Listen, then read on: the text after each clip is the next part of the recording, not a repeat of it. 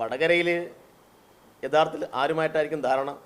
ഇപ്പോൾ കേരളത്തിൽ ആകെയുള്ള കോൺഗ്രസിൻ്റെ അല്ല BJPയുടെ അക്കൗണ്ട് പൂട്ടിക്കും എന്ന് പറഞ്ഞ ഒരു മുഖ്യമന്ത്രിയാണ് ഇന്ന് കേരളം ഭരിക്കുന്നത്.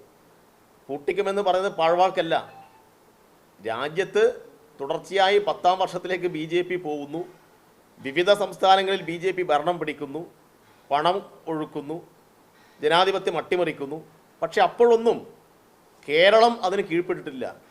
അത് കേരളത്തിൻ്റെ ഇടതുപക്ഷത്തിൻ്റെ കരുത്തുകൊണ്ട് മാത്രമാണ്.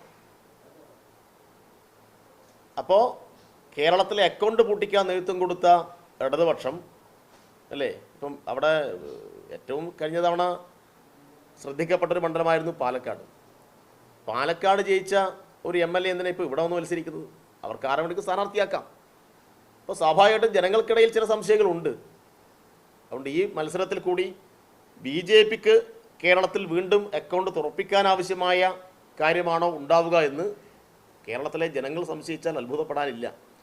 കാരണം രാജ്യസഭയിലേക്ക് ഒരാളെ ചുളുവിൽ കൊടുക്കുകയാണ് BJPക്ക് വേണ്ടി. രാജസ്ഥാനിൽ ഇപ്പോൾ കോൺഗ്രസിന് ഭൂരിപക്ഷമില്ലല്ലോ. രാജസ്ഥാനിൽ കോൺഗ്രസിന് BJPക്ക് രാജ്യസഭയിലേക്ക് ഒരു സീറ്റ് കിട്ടാൻ സ്വാഭാവികമായിട്ടും ആലപ്പുഴയിലെ BJP ആർക്ക് വോട്ട് ചെയ്യും? ഇതൊക്കെ വലിയ കണക്കൂട്ടലിൻ്റെയോ അത്രയും വലിയ നിരീക്ഷണത്തിൻ്റെ ആവശ്യമുണ്ട്. ഏത് സാധാരണക്കാരന് മനസ്സിലാവുന്ന കാര്യമില്ലേ? അപ്പോൾ കേരളത്തിൽ ഈ ലോക്സഭാ തിരഞ്ഞെടുപ്പിൽ ആരുമായിട്ടാണ് സഖ്യമെന്നെല്ലാം ഈ ആലപ്പുഴയിലെ തെരഞ്ഞെടുപ്പിൻ്റെ കാര്യങ്ങൾ മാത്രം നോക്കിയാൽ കാണാൻ വേണ്ടി കഴിയും.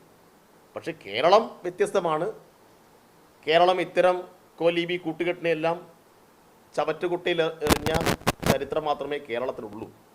അതുകൊണ്ട് കേരളത്തിലെ പ്രബുദ്ധരായ ജനത അതൊക്കെ കാണിക്കും. ഇപ്പം ഇന്നലെ കണ്ടല്ലോ, ഗോപിയാശാനെ ഒരു ഡോക്ടർ വിളിച്ചു എന്ന് പറഞ്ഞ് ഗോപിയാശാൻ്റെ മകനിട്ടൊരു ഫേസ്ബുക്ക് പോസ്റ്റുകൾ കണ്ടിട്ടുണ്ടാവുമല്ലോ.